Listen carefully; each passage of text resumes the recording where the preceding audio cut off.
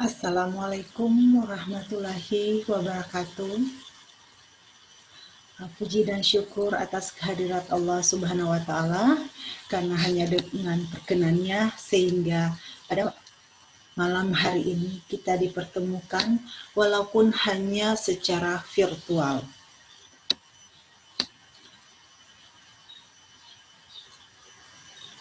Tak lupa pula salawat dan salam kepada Nabi besar Muhammad SAW.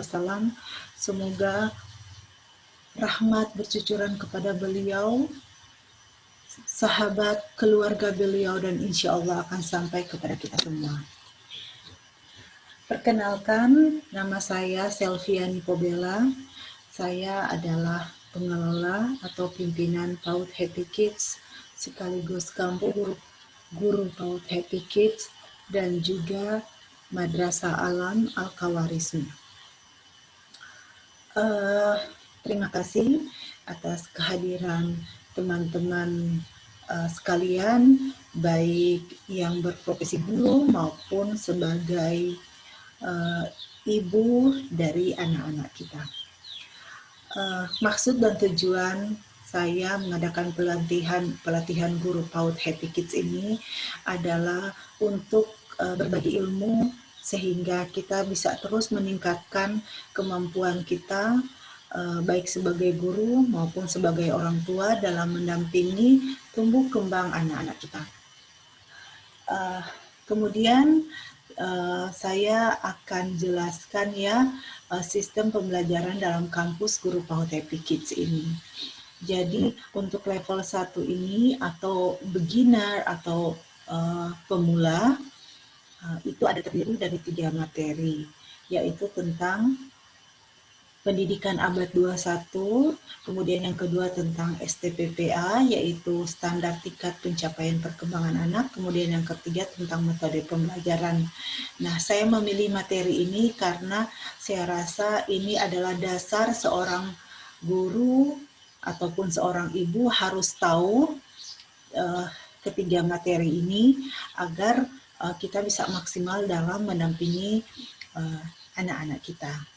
Oke, sebelum kita mulai, marilah kita berdoa menurut keyakinan agama kita masing-masing, dan izinkan saya memimpin doa sesuai dengan agama dan kepercayaan saya, yaitu agama Islam. Berdoa mulai.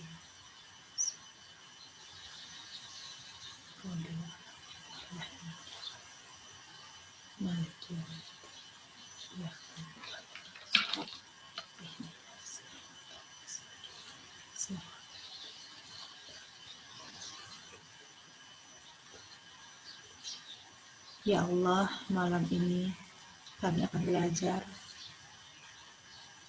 dalam meeting Zoom secara virtual, pelatihan kampus guru PAUD Happy Kids. Bukakanlah pikiran kami, berikan kami pemahaman agar kami bisa mendidik anak-anak secara profesional yang insya Allah bisa berguna bagi bangsa dan negara, terutama bagi agama. Amin ya rabbal alamin.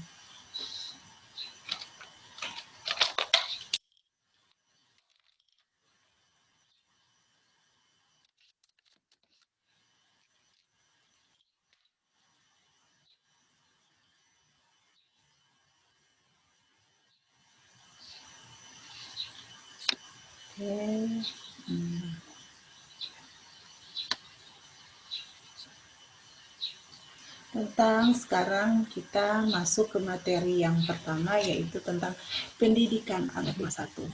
Nah, apa yang dimaksud dengan pendidikan abad 21? Nah, sekarang ini kita sudah masuk ke abad 21 ya.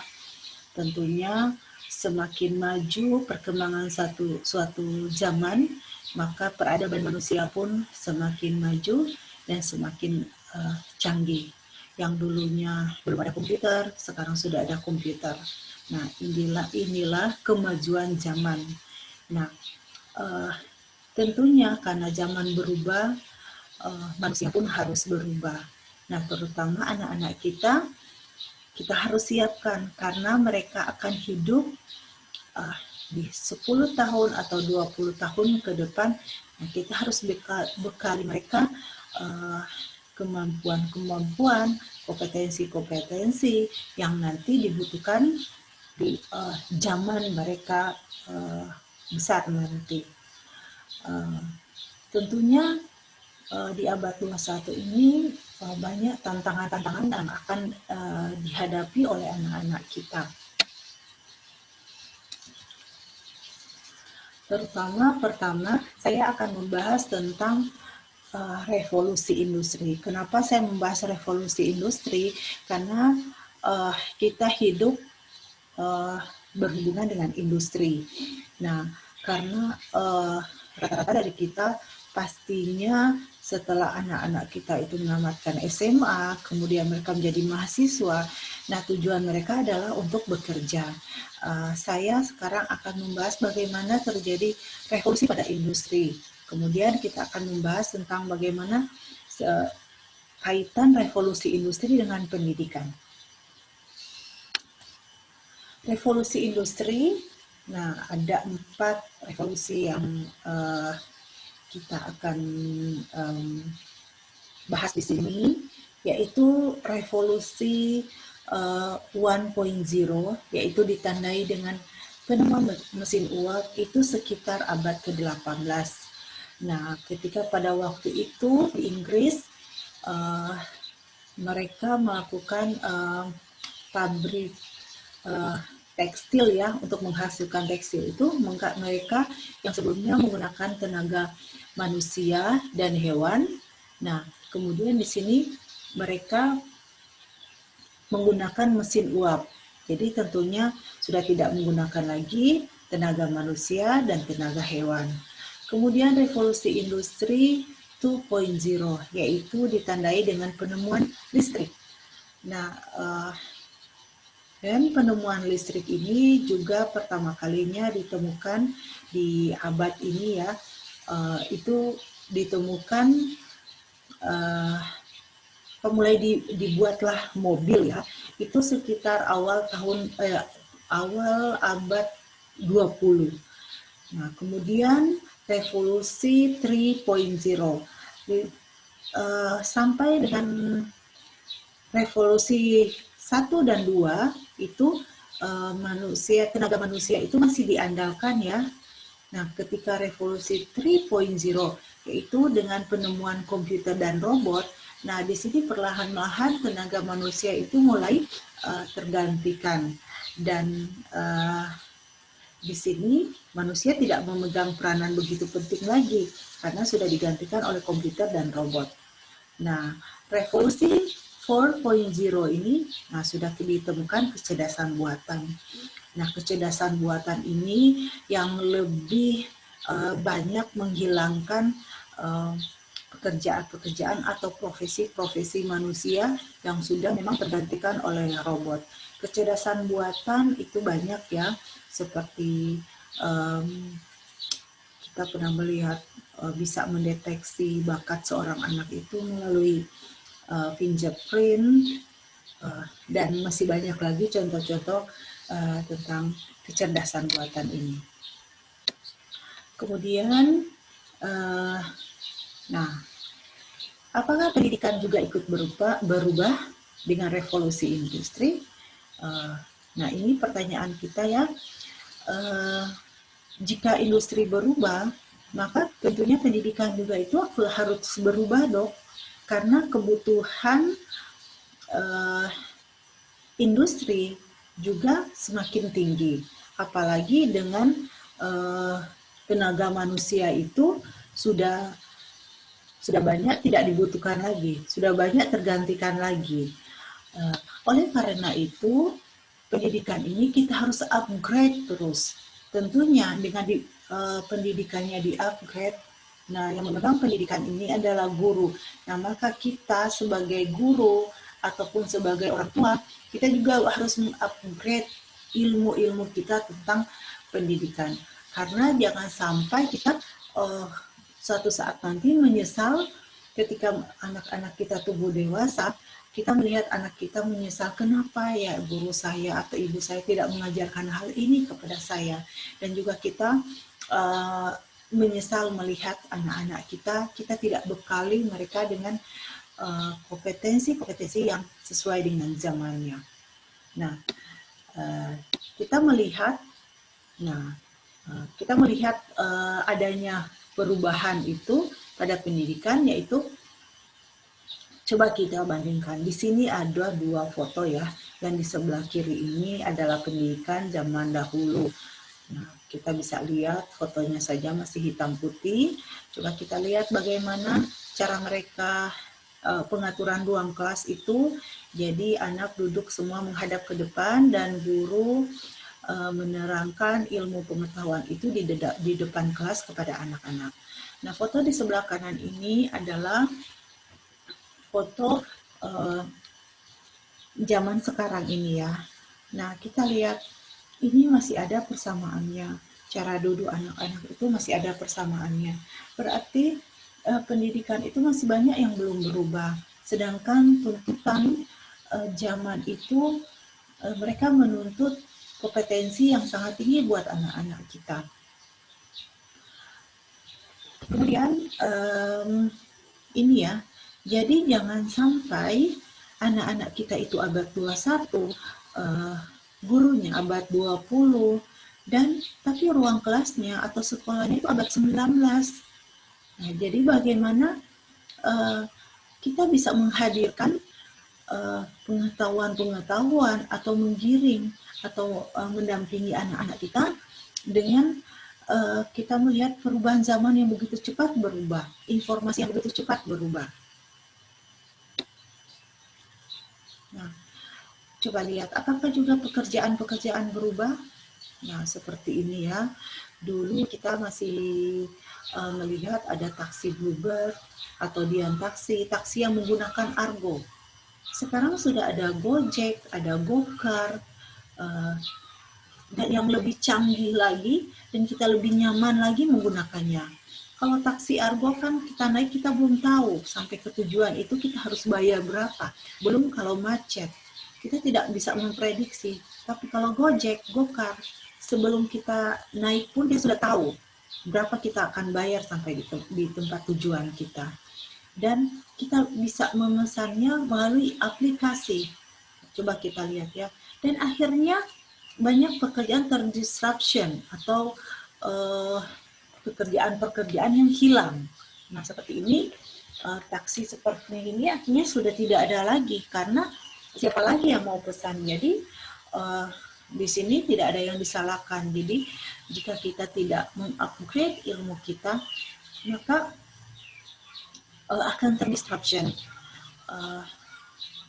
Sekarang pun kita mengajar kepada anak-anak, bukan kita lagi mengajarkan kamu mau jadi apa nak di masa depan nanti. Tidak lagi pertanyaan seperti itu, tapi kita akan tanyakan kepada mereka bahwa kamu mau buat apa di masa depan nanti.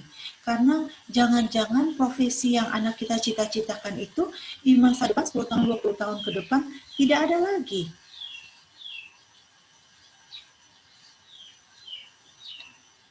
Nah, next. Nah, sekarang slide berikutnya itu zaman milenial, maka gurunya harus milenial dan orang tuanya pun harus milenial. Jadi kita harus menyesuaikan zaman ya. Jadi dulunya itu ya ada katanya kecerdasan intelligence, IQ, kemudian emotional intelligence, kemudian ditemukan lagi spiritual intelligence. Nah, di abad 21 ini harus ada digital intelligence, ditambah lagi ya. Nah, abad 21 ini kan ditandai dengan ditemukannya banyaknya gadget, robot. Nah, ada 3 kemungkinan kita menggunakan dalam penggunaan teknologi, yaitu kita bisa menggunakannya, kita bisa bekerja samanya dengan teknologi. Jadi kita bisa menggunakan teknologi atau menguasai teknologi, kita bisa bekerja sama dengan teknologi, Atau yang ketiga, kita dikuasai oleh teknologi. Nah, jika kita tidak belajar, maka jika kita tidak belajar, maka bisa-bisa kita dikuasai oleh teknologi. Tapi kalau kita belajar tentang teknologi, nah kita bisa menguasai teknologi atau bekerja sama dengan teknologi. Kita lihat kan banyak pekerjaan-pekerjaan sekarang yang dengan adanya teknologi lebih mempermudah kita kan. Contoh paling kecil ya sekarang di masyarakat.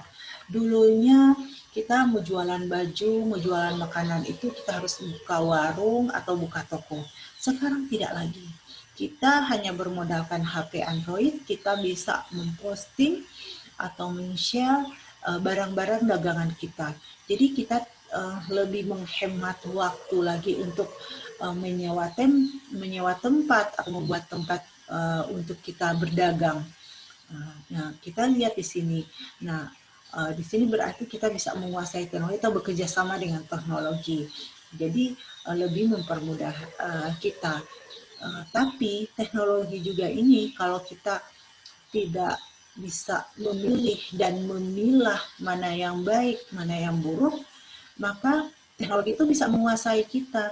Maka teknologi itu justru akan membawa kemudaratan atau membawa keburukan di dalam kehidupan kita. Nah, inilah nanti yang kita ajarkan agar anak-anak kita nanti mereka tidak dikuasai oleh teknologi dan akhirnya bukannya untung malah akan membawa keburukan dalam diri anak-anak kita.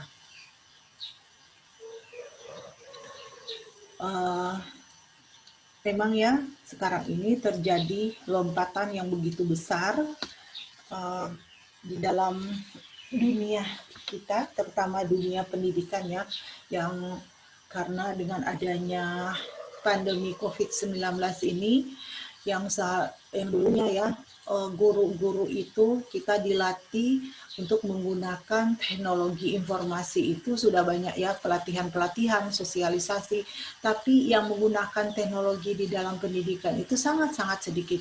Tapi dengan adanya pandemi COVID-19 ini, sisi positifnya yaitu kita dipaksa akhirnya kita bisa belajar tentang teknologi ini karena sekarang semua harus belajar dari rumah. Kita tidak ada tatap muka, mau tidak mau kita harus berkreatif untuk bagaimana pendidikan ini tetap berjalan dari rumah dengan menggunakan teknologi yang sebenarnya secara prediksi situasi seperti ini kita menggunakan teknologi dalam pendidikan itu sangat lambat sekali dan mungkin terjadi nanti 10 tahun ke depan. Tapi ini kita seperti dipercepat, dimajukan di saat ini, mau tidak mau. Nah, kemudian slide selanjutnya, bagaimana cara guru mengajar di era digital ini? Nah, ini juga tantangan kita ya sebagai guru maupun sebagai orang tua. Nah, di mana kita di sini ada kompetitor kita. Kompetitor itu bukan orang ya, tapi kompetitor kita sebagai guru itu adalah internet. Nah, karena sekarang ini tidak seperti zamannya kita, sumber belajar kita itu hanya buku dan guru. Jadi kita belajar ke sekolah, mendengarkan guru menjelaskan tentang suatu ilmu pengetahuan. Nah, di zaman sekarang ini, guru bukan lagi sebagai sumber satu-satunya sumber belajar, tapi sekarang ini sudah ada internet, sudah ada Google, sudah ada YouTube yang tentunya lebih menarik untuk bagi anak-anak. Mereka tinggal mengetik, mereka mau lihat apa di situ tentang proses pembuahan, tentang cara hewan berkembang biak, semuanya tinggal diketik saja. Seperti anak saya juga ya, kelas 3 SD, dia waktu itu ujian, nah ujiannya online, ketika diberikan tugas oleh gurunya, dia itu tidak mau lagi berpikir, dia bilang, mama cari saja di Google ya, coba lihat anak sekecil itu, mereka sudah tahu, karena mereka adalah anak-anak yang lahir di era digital ini. Jadi Jika kita tidak meningkatkan kapasitas kita, maka kita akan kalah dengan internet. Jadi nanti sebentar ya akan saya jelaskan juga bagaimana. Kemudian kita guru itu bagaimana agar kita bisa menggunakan teknologi ini, yaitu kita guru itu meramu atau meracik suatu pembelajaran sehingga menjadi lebih menarik dengan menggunakan tools teknologi. Jadi misalnya satu pembelajaran itu guru itu membuat video tentang misalnya letusan, bagaimana gunung berapi itu meletus. Nah, kita bisa menggunakan video yang lebih menarik lagi atau menggunakan slide-slide yang lebih menarik, gambar-gambar. Kemudian dibuatlah satu modul digital. Nah, jika guru kreatif seperti ini, maka berarti guru ini dia bisa menguasai teknologi, dia bisa bekerja sama dengan teknologi. Bukan dia yang dikuasai oleh teknologi. Karena ketika ada guru yang tidak mau belajar tentang teknologi, kemudian dia dikuasai oleh teknologi karena dia tidak mau belajar, maka akan terjadi krisis ketidakpercayaan diri sendiri. Dia akan merasa minder dan di hadapan murid-muridnya karena murid-muridnya lebih tahu, karena mereka lebih bisa menggunakan gadget-gadget, bisa menggunakan internet. Nah, sehingga kita guru akan kehilangan kepercayaan diri karena kita tidak tahu lagi harus berkata apa, karena anak-anak ini mereka sudah mencari informasi di mana-mana. Kemudian selanjutnya, nah kalau begitu apa mungkin peran guru akan tergantikan oleh robot? Nah, ini juga banyak kekhawatiran ya, karena banyaknya pekerjaan yang digantikan oleh robot seperti yang di pabrik-pabrik yang dulunya mengangkat barang, memindahkan barang, membungkus barang itu yang dulunya dilakukan manusia, sekarang sudah dilakukan oleh robot. Kenapa pabrik lebih memilih menggunakan robot dibanding manusia? Karena robot itu dia lebih murah untuk biaya produksi. Dia tidak ada cuti, dia tidak bisa sakit. Nah, kemudian saya ajarkan di sini ada 4 level guru. Menjaga agar jangan sampai kita tergantikan oleh robot dan kita tidak kalah oleh kemajuan teknologi ya. Nah, level yang paling bawah itu dari guru itu pertama medium teacher, itu just tell, guru yang menerangkan, guru yang menjelaskan. Jadi dia cuma berbicara. Nah, jika kita masih menjadi guru seperti ini, nah kita harus mengupgrade-kan ilmu kita, karena teknologi dia sudah bisa menjelaskan juga. Jadi kita menaikkan level kita agar kita tidak kalah dengan teknologi, yaitu menjadi yang kedua, level 2, yaitu good teacher, explain teacher. Itu guru yang bisa menjelaskan dengan detail. Nah, good teacher ini juga tidak cukup, karena komputer dia bisa menjelaskan juga dengan detail. Nah, jadi oleh karena itu kita meningkat lagi ke level ketiga, yaitu menjadi excellent teacher atau demonstrate teacher, yaitu guru yang mendemonstrasikan pengetahuan. Jadi dia mendemonstrasikan agar jadi dia tidak hanya meng-explain atau berbicara, tapi mendemonstrasikan kepada anak-anak. Tapi ini tidak cukup, karena di internet itu kita bisa lihat ya, letusan Gunung Merapi itu sangat bagus filmnya, sangat bagus penjelasannya, sehingga anak-anak lebih menarik ya pada anak-anak itu. Tapi kita bisa menaikkan menjadi level 4 agar kita tidak terkalahkan oleh teknologi, yaitu great teacher atau inspired teacher, di mana kita menjadi guru inspiratif. Nah, guru inspiratif, kalau kita sudah menjadi guru inspiratif, maka kita tidak akan terkalahkan oleh internet, atau tidak akan tergantikan oleh robot, karena inspired teacher itu adalah guru yang bisa menginspirasi anak-anak, guru yang memadukan, yang bisa seperti tadi saya katakan, dia meracik ilmu pengetahuan dengan menggunakan tools teknologi. Dia tidak menjauhi teknologi, tapi dia membuat teknologi ini sebagai kendaraan dalam menyampaikan ilmu kepada anak-anaknya, seperti dia membuat modul-modul digital. Kemudian selanjutnya yaitu apa tantangan guru sekarang ini. Nah, tantangan kita yang paling besar itu adalah kepada orang tua. Kenapa saya bilang orang tua? Karena terkadang ya dalam kita mendidik anak-anak itu adanya ketidakkompakan antara guru dan orang tua. Kita guru mendidik anak seperti ini, sementara orang tua itu mereka punya paradigma, mereka mendesain anak-anak mereka juga itu nanti punya jalan sendiri. Jadi gurunya ke kanan, orang tuanya ke kiri. Nah, kira-kira bagaimana jika terjadi seperti ini? Maka anaknya nanti akan bingung.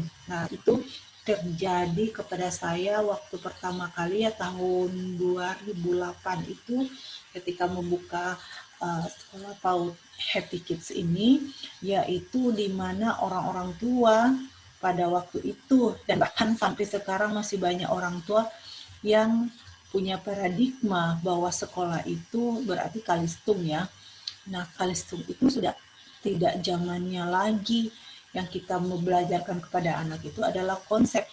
Nah, mereka itu, orang tua itu beranggapan kalau anaknya duduk menulis, belajar membaca, itu berarti anak saya itu belajar.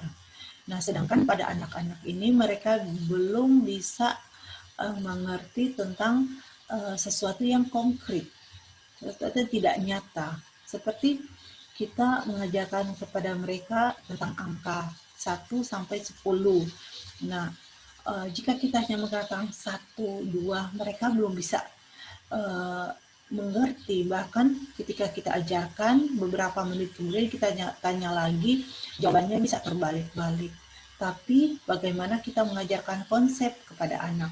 Seperti kita membuat beberapa kertas yang bertuliskan angka, dan setiap di atas kertas yang bertuliskan angka itu kita mengambil batu-batu kecil atau kerikil, misalnya kertas yang bertuliskan angka 1, kita taruh 1 batu, angka 2 kita taruh 2 kerikil, 3 dan seterusnya. Nah, disinilah kita mengajarkan konsep kepada anak, yaitu konsep yang nyata sehingga anak lebih mudah untuk memahaminya.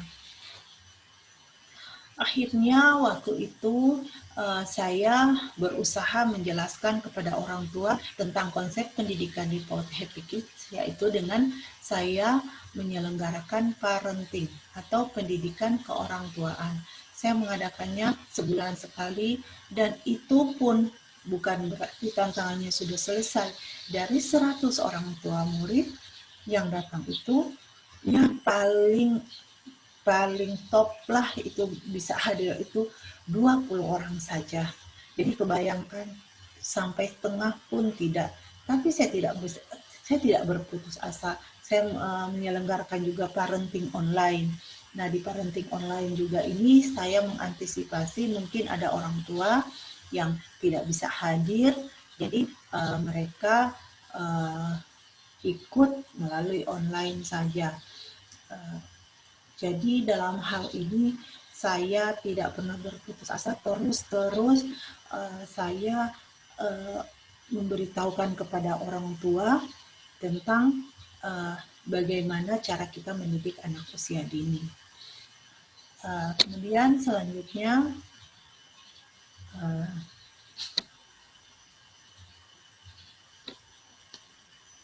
apa kompetensi yang harus dimiliki seorang anak di abad 21 ini? Nah, ini yang paling penting. Kita harus mengetahui kompetensi atau kecerdasan apa yang harus anak kita capai, yang harus kita bekali kepada anak kita di abad 21 ini. Yaitu yang pertama, kompetensi yang pertama yaitu akhlak atau karakter. Nah, karakter atau akhlak ini terbagi dua. Karakter moral seperti iman, takwa, jujur, hormat, rendah hati. Karakter yang kedua itu karakter kinerja. Kerja keras, tangguh, tuntas, bulat, dan tidak mudah menyerah. Nah, akhlak atau karakter ini seluruh dunia itu ini sangat-sangat menomorsatukan karakter. Karena buat apa anak yang cerdas, tapi dia tidak jujur. Dia cerdas, tapi kerjanya tidak tuntas, tidak bertanggung jawab. Ketemu persoalan sedikit dia sudah menyerah. Nah, kira-kira orang yang seperti ini, jika anak-anak kita ini tidak berkarakter, maka secerdas apapun dia tidak akan bisa menghadapi abad 21 yang penuh tantangan yang sangat kompleks nanti. Jadi pembentukan karakter. Jadi bukan pembentukan ya, bagaimana kita menumbuhkan karakter. Nah, karakter ini jika kita membangun satu karakter kepada anak itu butuh waktu berpuluh-puluh tahun untuk menanamkan satu kebiasaan baik kepada diri seseorang. Beda dengan kita mengajarkan menulis kepada anak. Jika sudah saatnya nanti semua motorik kasarnya itu sudah siap seiring dengan pertumbuhan anak itu, dia pasti akan bisa. Kita ajarkan dia membaca 1 minggu saja, pasti anak itu akan bisa. Tapi karakter tidak bisa serta-merta kita ajarkan sekarang dan mungkin seminggu kemudian itu sudah tertanam dalam diri anak itu. Tidak, tapi karakter itu butuh role model, butuh contoh, butuh kita beritahukan secara konsisten dan kontinu. Jadi tidak hanya 1-2 hari saja kita tanamkan. Hari ini kita ajarkan misalnya tentang kebersihan, mencuci tangan sebelum makan. 2 hari saja kita ingatkan, hari ketiga kita tidak ingatkan, hari keempat diingatkan lagi. Nah, ini namanya tidak konsisten. Karena untuk membangun karakter itu seperti saya bilang ya, butuh puluhan tahun untuk membentuk ini semua. Seperti contoh juga ya, negara Australia itu mereka adalah negara tempat dulunya itu tempat pembuangan tahanan-tahanan atau orang-orang dari penjara ya di Inggris itu dibuang ke Australia.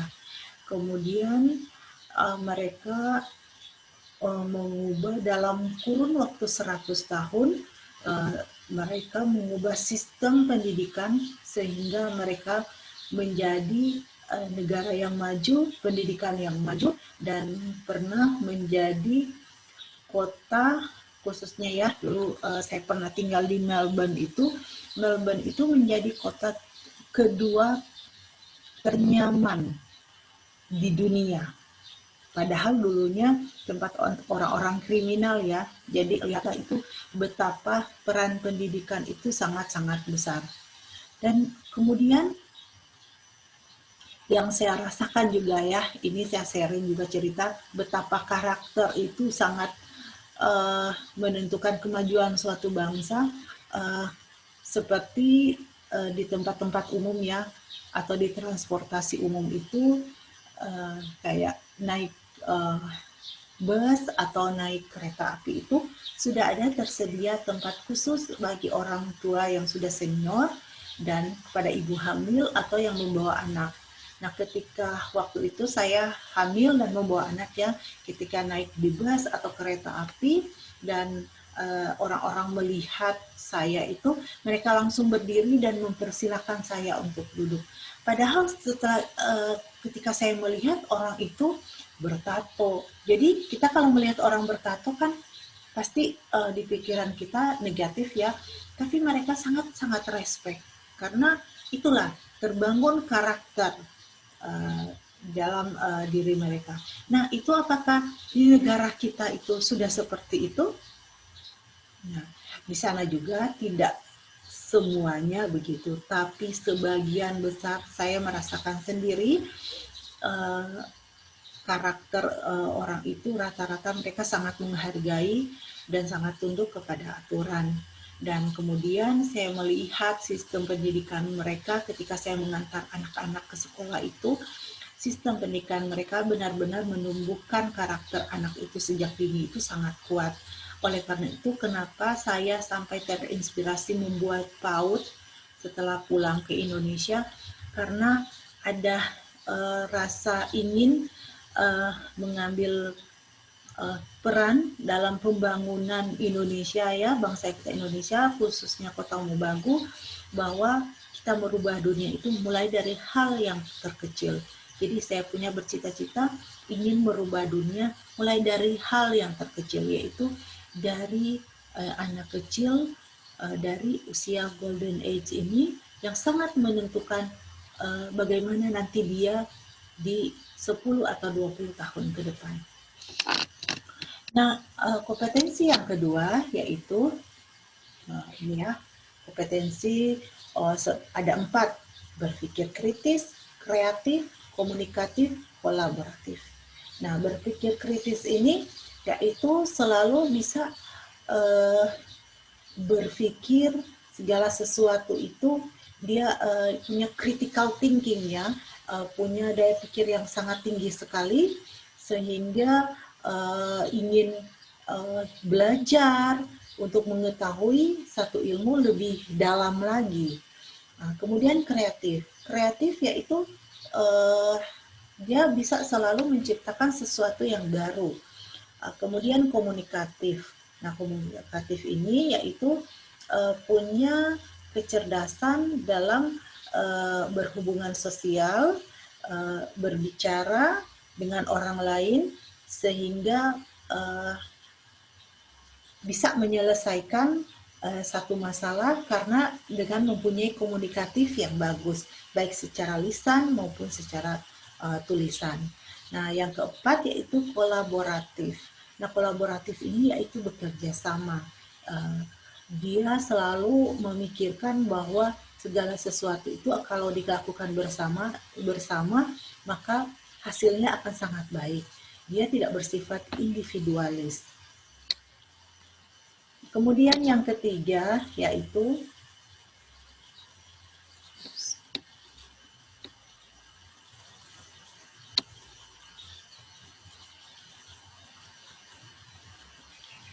bentar ya.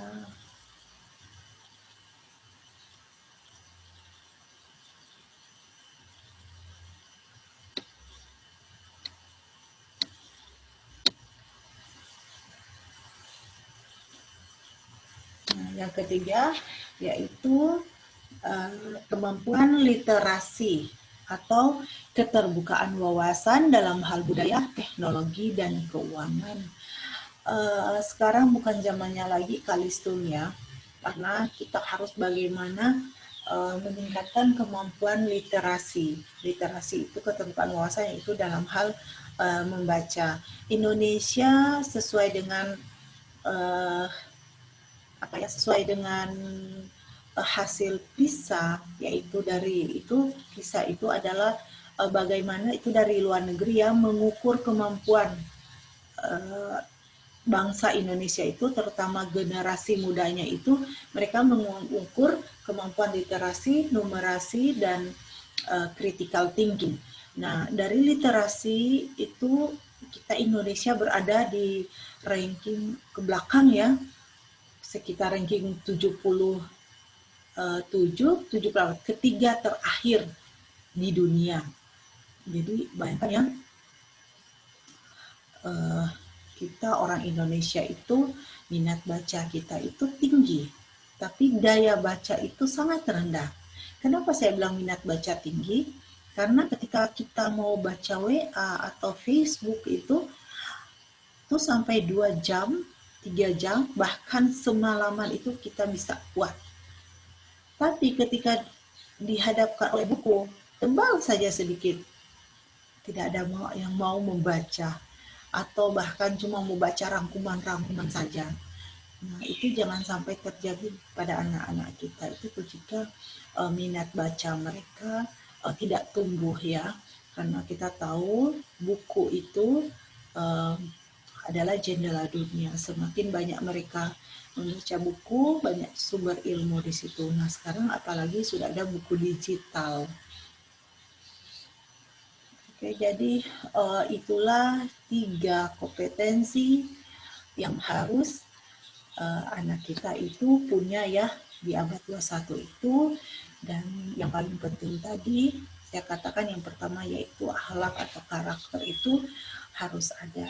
Nah, ketiga kompetensi ini kepada kita pun guru atau orang tua harus kita miliki. Kita harus belajar bagaimana kita berkarakter, karena buat apa kita mengajarkan kepada anak sementara kita sendiri tidak seperti itu.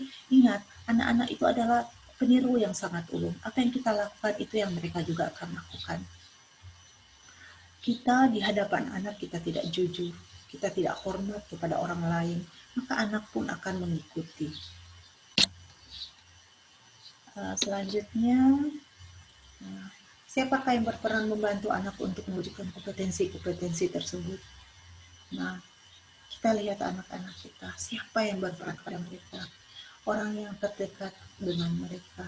Jika anak itu sudah sekolah, maka gurunya yang bertanggung jawab. Orang tua yang selalu bersamanya di rumah. 2 orang ini yang sangat bertanggung jawab, yang sangat berperan nanti kepada anak-anak untuk mewujudkan cita-cita mereka, mewujudkan impian mereka. Lingkungan juga sangat mendukung. Tapi menurut saya, jika guru dan orang tua itu sudah paham tentang bagaimana pendidikan abad 21 ini, maka tentunya mereka akan menghadirkan lingkungan yang baik dan mendukung juga bagi anak. Selanjutnya,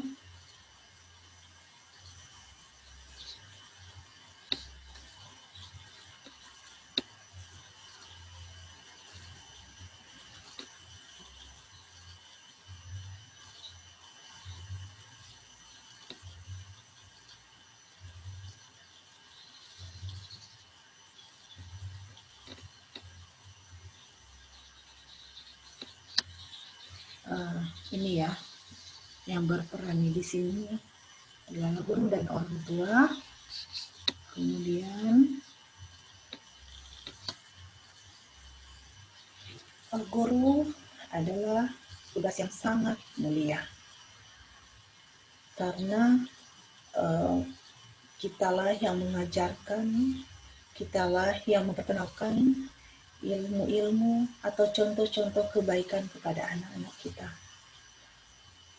Kenapa kita guru, terutama ya guru PAUD itu sangat-sangat penting untuk mempelajari dasar-dasar tentang tumbuh kembang anak, karena kita berada dengan anak-anak di golden age mereka, di usia emas mereka, di mana penyerapan ilmu pengetahuan atau perkembangan otak anak itu terjadi di usia ini. 80% perkembangan anak terjadi di usia ini, terjadi di saat kita bersama-sama mereka. Guru dan orang tua harus paham ini, karena jika kita salah menstimulus, kita salah mendidik, kita tidak bisa lagi merubahnya kalau jika itu sudah tertanam dalam diri anak itu. Jika seorang dokter ya salah memberikan obat, itu dikatakan malpraktek.